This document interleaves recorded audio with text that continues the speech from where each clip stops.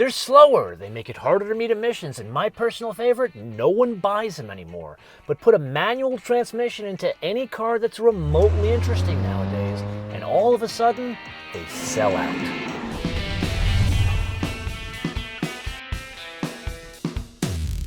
Let's you and I have a discussion about building a new car. And when I say a new car, I don't mean a project in our garage.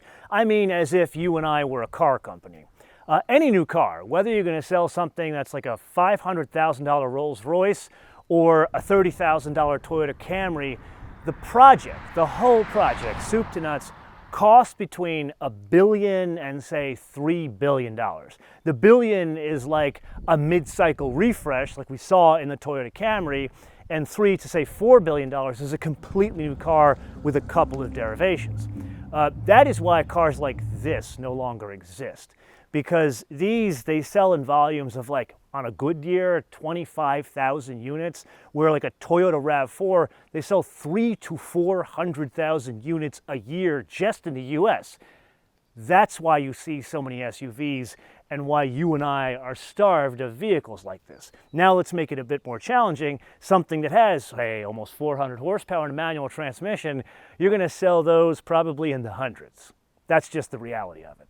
And that's another reason why if we do see something, it's usually something that's very low volume and very expensive, or it's a collaboration. Like this. This is a BMW Z4. However, this car was made in conjunction with a Toyota Supra. I know it sounds completely ridiculous. The Toyota was supposed to be based on the Lexus LC program. At the very last minute, they basically gave the program to BMW because they were farther along and it was much cheaper. Instead of 3 to 4 billion, it was 1 billion and they only sold 20,000 units a year, something like that. Then we get into what you and I piss and moan about. Transmissions.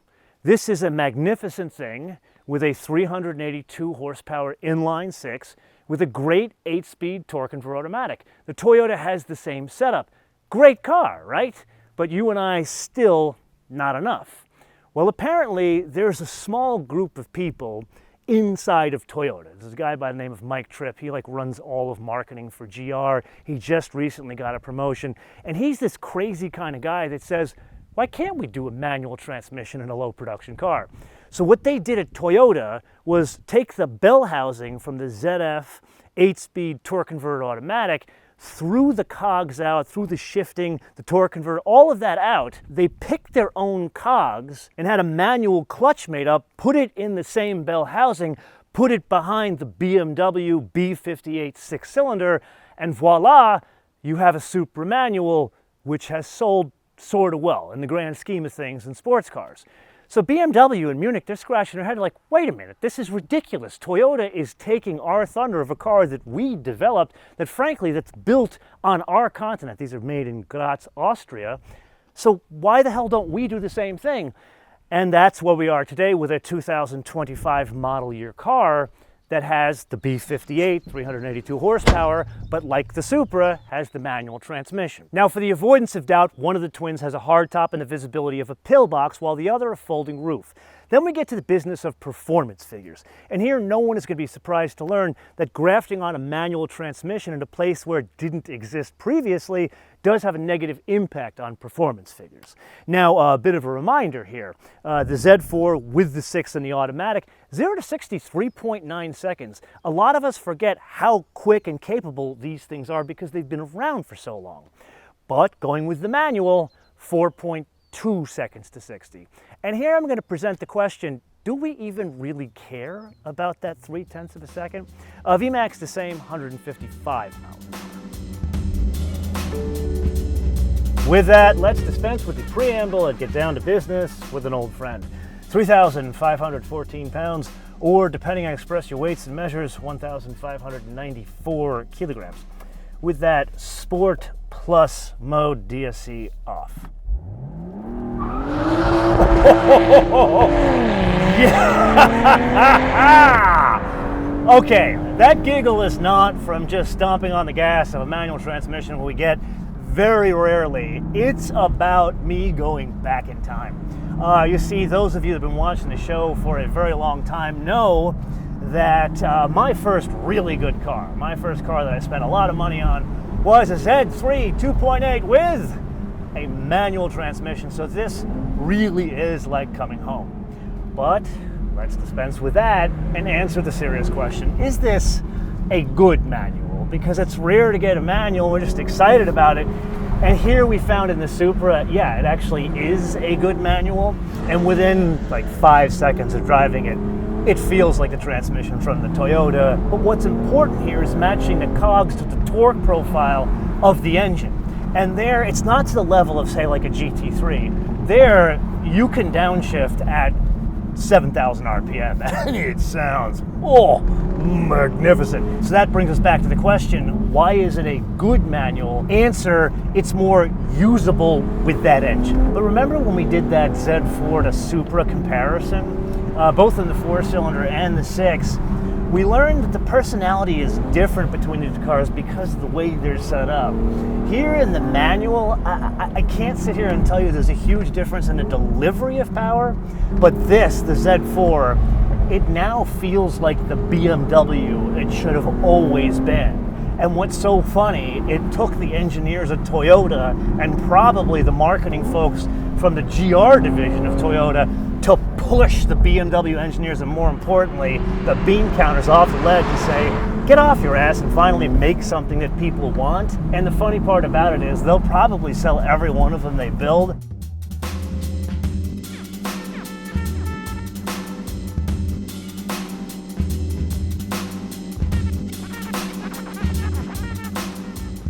Before getting behind the wheel of this, I spoke to my contacts both at BMW as well as Toyota to answer one specific question. What's the difference between the transmissions in each one of these cars? And I couldn't get a straight answer. They both said that they're the ones that made the business decision, but really the Toyota came first, so I'm going to give it point Toyota. But they did agree on one thing. The shift linkage is different between the Supra and the BMW Z4. BMW says it's a different performance profile and they wanted to make it feel different. Now that's all fine and good, but having had a lot of wheel time with the manual Supra both on the road and the track, and now about 500 miles behind the wheel of this car, I'm here to report that it feels almost identical. From a shifting perspective, it would be very hard to distinguish between the two vehicles. So let's you and I put aside the transmission and have the very specific discussion. Does this have an impact on the way the car drives? And there we first have to understand what else changes, at least mechanically, once they change the transmission. It changes the setup of the wheels. It's actually similar to, say, like a 911. It's a staggered setup. So it's 19s in the front, 20s in the back. Okay, that's fine. Then the rear differential, they pilfered that out of the M240. Okay, that's fine as well. Then they changed some of the tuning of the suspension that's already there.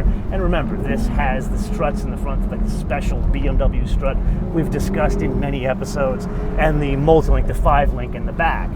So this already, it was an unusually rewarding experience, even as a convertible. But now, I can't sit here and tell you this car is significantly sharper to drive because it has a manual transmission. What I can tell you is it's more engaging. Okay, now that you and I have the name, rank, and serial number out of the way, what does that mean in terms of where the rubber meets the road? And there, I'd say it's very subjective. To me, the BMW with the manual, maybe it's because the top goes down, it's not as twitchy as the Supra. The Supra, I get the feeling that I'm driving Cruella de Vil's car. Granted, it's a sight picture thing. I feel like I'm sitting over the rear axle in the Supra, even though the setup, it's exactly the same. I think this is your perception of what that roof does, and now with a manual transmission and a BMW. But here, this is just a more cohesive German roadster experience. This goes from a really good car that you and I forget about, like, oh my God, I didn't know the BMW Z4 still existed, to now like, you know what, you got to go out and try this thing, because how many more of this equation are going to be able to get? And it's not just because it's rare, it's, how do I put this? It's just worth it. It kind of lets you be a moron, and I like that it lets me be a moron. So we've come to that point in the conversation where we have to learn how much it costs for us to have something nice. I feel like this is a theme you and I have been embarking upon in recent episodes, and that we can't have nice things in this country. If we do, we have to pay through the nose for them. This is somewhat of the contrarian investor. Now, no one is going to confuse this with an inexpensive car. The most basic 6-cylinder Z4 with the automatic, $66,450. However, you're a broken car guy, and as such, you need to be punished. Now, this is not the first vehicle in history that has punished you for having this disease of wanting to shift your own gears. You see, you go back to the 2008 Challenger. Remember that great car? First year, only automatic. However, subsequent years are like, why don't we give them a manual transmission? Then they sat around the table, why don't we charge extra for it? So you had to pay $695 extra for a manual transmission in a Dodge. That kind of set the precedent. Then anything else manual, whether it's a Corolla or a Porsche 911, you can't get the cheap car with the manual transmission. You got to get the more expensive car with the manual transmission. So this, of course, not on offer in the 4-cylinder with a manual transmission. And to be honest with you, I don't think anybody would pay for it. Okay, so how much do we have to pay to feed our broken car guy addiction? Answer, $3,500. Now that's not just for the lesser transmission, it's also to make the car stand out a bit more. Like for example, the mirror caps are black, the wheels are staggered, 19 in the front, 20 in the back. The trim, that changes. However, one can still buy the Shadowline trim like this car, $500 extra. However, the very creatively named hand shifter package, wie sagt man das auf Deutsch, Handschelter package, I would call it the handshaker package. Either way, it comes with an extended Shadowline trim. The badging in the back is black, where it isn't on the base M40 version of the Z4. Then we get to the color. You see, there are two colors that are reserved specifically for the handshaker package.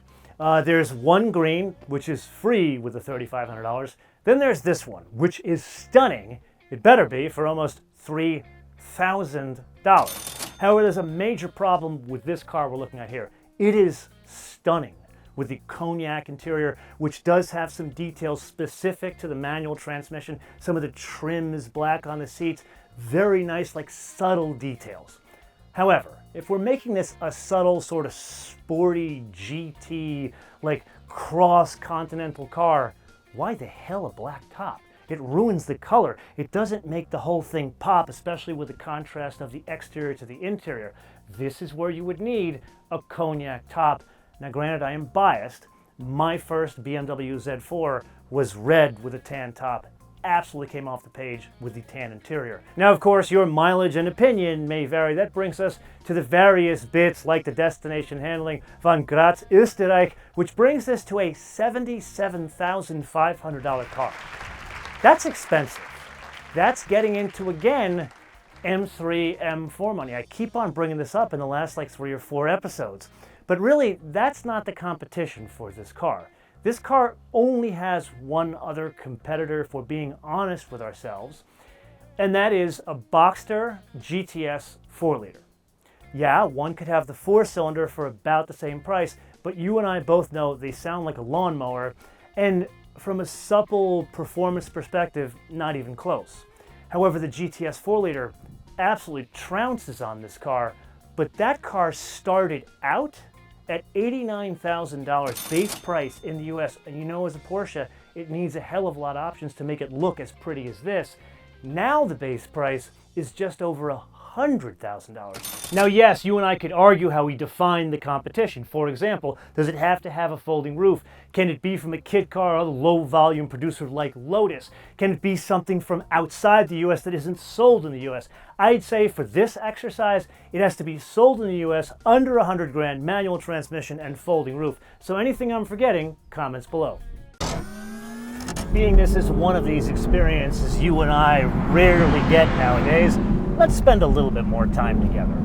Number one, the car you are looking at right here, it is brand new. And when I say brand new, it has like 400 miles on it. Usually they give me a car with 1,000 miles after the break-in miles. But why do I bring that up? Well, if you could have smell-o-vision right now, you and I are rapidly breaking this car in, and it smells fantastic. Number two, there's just something about a BMW inline 6. It probably sounds better than most Porsche competition of this direct car. Definitely better than the lawnmower sound that comes out of a Boxster. And then there is the UX. Now normally we're not going to waste our time talking about this in a vehicle that's fun, but BMW has just proven that they've got to have the screens. It's because it's cheaper. It's not because they're trying to make the car better. This is an older UX, so it still has hard buttons for skipping, volume here, the hard buttons for the HVAC. We need more of this. Let's stick with this rather than doing the stupid screen, especially in an old world, old charm type of car like this. Okay, I'm gonna get off my soapbox. Oh, I love that. I'm gonna get off my soapbox and spend some quiet time with an old friend.